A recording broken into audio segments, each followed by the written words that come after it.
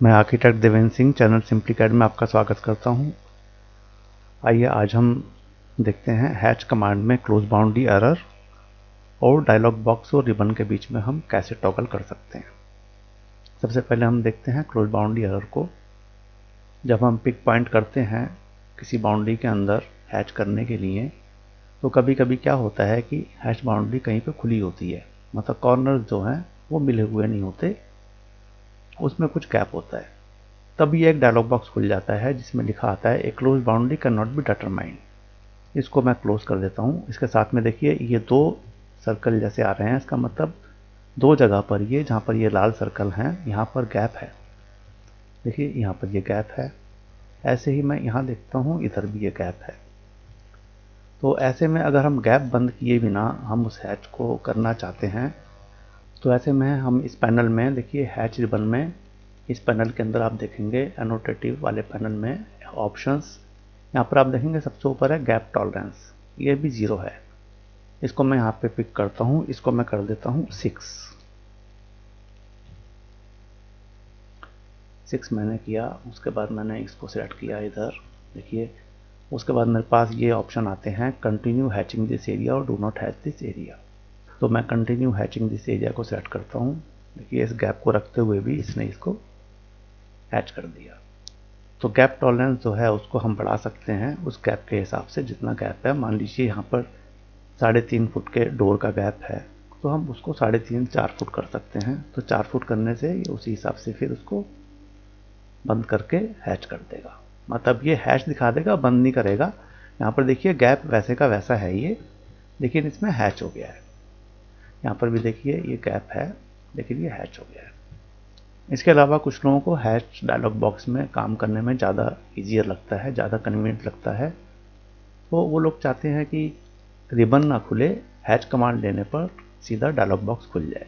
हालांकि dialogue box इससे भी खुल जाता है। इसमें देखिए मैं हैच कमांड लेता हूँ, फिर से मैंने हैच कमांड ली।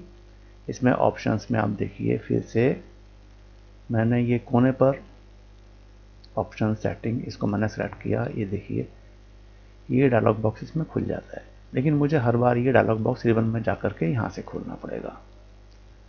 तो इसके लिए एक सिस्टम वेरिएबल है जिसको हमें चेंज करना होगा। उसको चेंज करने के बाद ये सीधा ये डायलॉग बॉक्स खुलेगा। तो जब हमें रिबन पे काम करना हो तो हम सिस्टम वेरिएबल को फिर से चेंज कर सकते हैं। इसको देखिए मैं अभी कैंसिल कर देता हूँ। अब सिस्टम वेरिएबल जो है इसमें वो है HPDLG मोड। मैं इसमें यहाँ पर टाइप करूँगा HPDL, देखिए आ गया HPDLG मोड। इसको मैंने सेलेक्ट किया, ये अभी 2 है डिफ़ॉल्ट। इसको मुझे 1 करना होगा।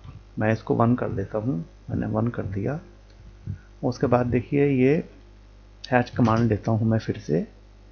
हैच कमांड लेने पर सीधा ये डायलॉग बॉक्स खुल गया। इसमें आप देखिए यहाँ पर भी गैप टॉलरेंस, यहाँ पर ये 6 इंचेस यूनिट दिखा रहा है।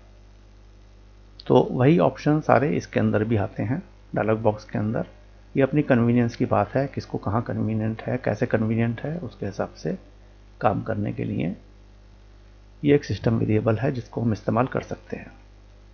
कुछ लोगों के पास पुराना ऑटोकैड का वर्जन है जिसके अंदर ये गैप टॉलरेंस वाला ऑप्शन नहीं होता है, तो उसके लिए एक सिस्टम वेरिएबल है, उसको आप टाइप करके उसमें चेंज कर सकते हैं HP गैप टॉल।